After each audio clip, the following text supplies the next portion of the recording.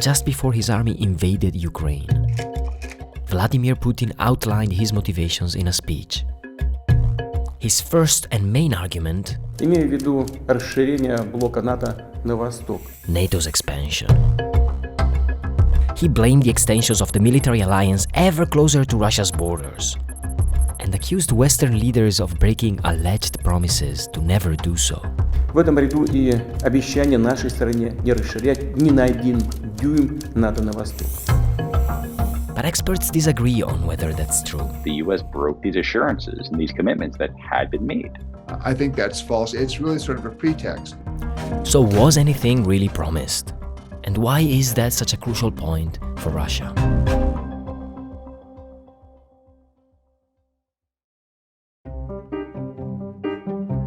After World War II, two spheres of influence emerged in Europe, each one with their military alliance. NATO in the west, countries that would soon be part of the Warsaw Pact in the east. This created a clear red line between the two superpowers. Their spheres of influence were clearly defined, and for many years NATO grew slowly. Until 1990, when that divide started to crumble here in Germany. In Germany was the key focal point of the Cold War in Europe.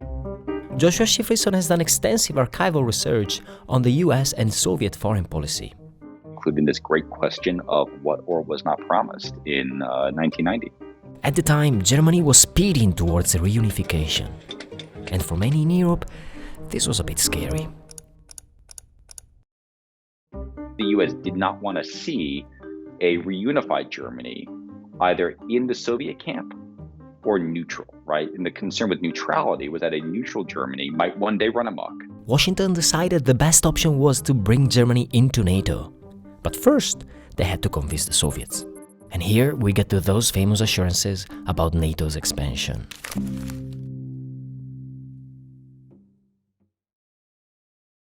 And in February of 1990, in a series of meetings, US and West German leaders very openly said that if the Soviet leadership consented to German reunification and reunified Germany remaining in NATO, then NATO would not expand 1 inch to the east.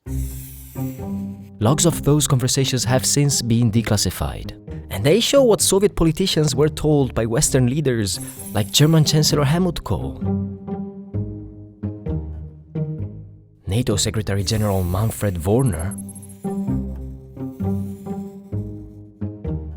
and the famous words by US Secretary of State James Baker, not 1 inch to the east. So what happened to NATO after Germany unified?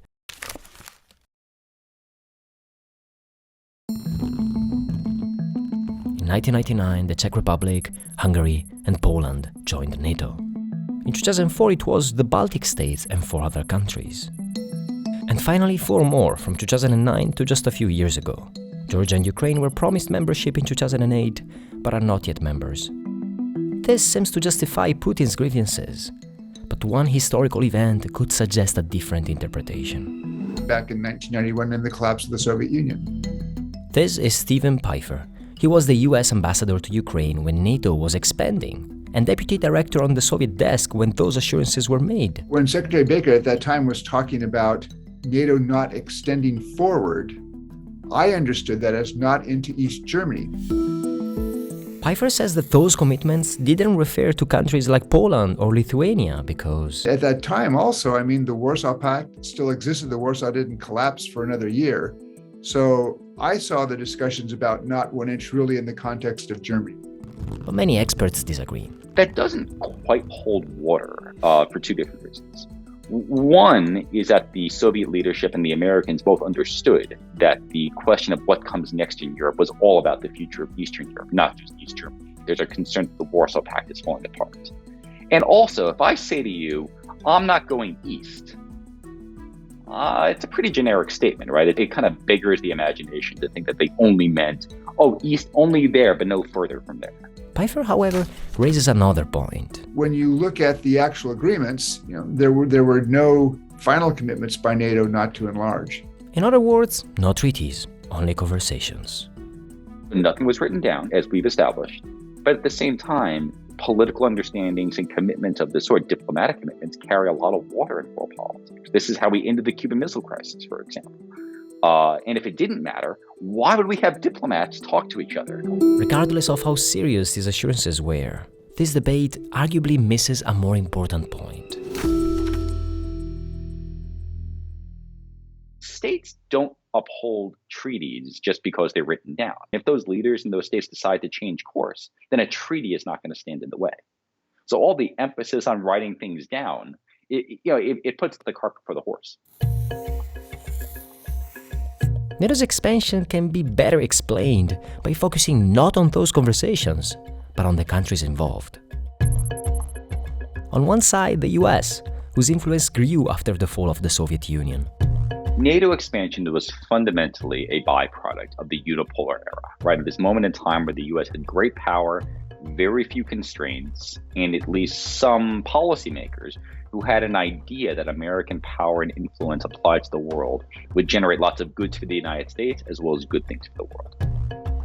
On another, the countries that joined NATO. It wasn't that NATO said, let's enlarge. It was you had countries such as Poland emerging from the wreckage of the Warsaw Pact saying, we want to be a member of NATO, we want to be a member of the European Union, and we are prepared to do all of the things that requires. And finally, Russia, whose motivations are not limited to NATO. I think there are really three reasons behind what Russia's doing. One is the geopolitical concern.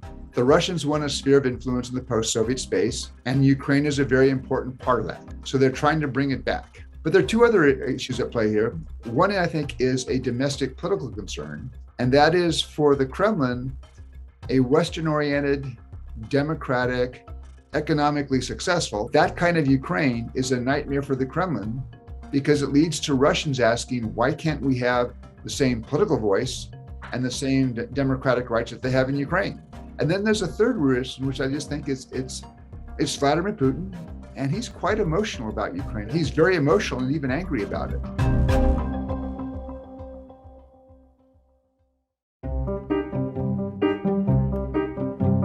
Whether NATO should have kept its assurances is up for debate.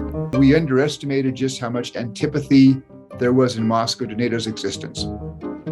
Years of the U.S. downplaying the assurance that were previously given and making Russia feel like it could not trust the West have really narrowed the opportunity to resolve this crisis. But it's really sort of a pretext. Mr. Putin has put together this list of grievances against the West, but he didn't talk about them 20 years ago. But those discussions were important not only for what they promised, but also for what they showed. A willingness to compromise and to not cross each other's red lines. Over the years, the situation around Russia changed, and more countries decided to join NATO.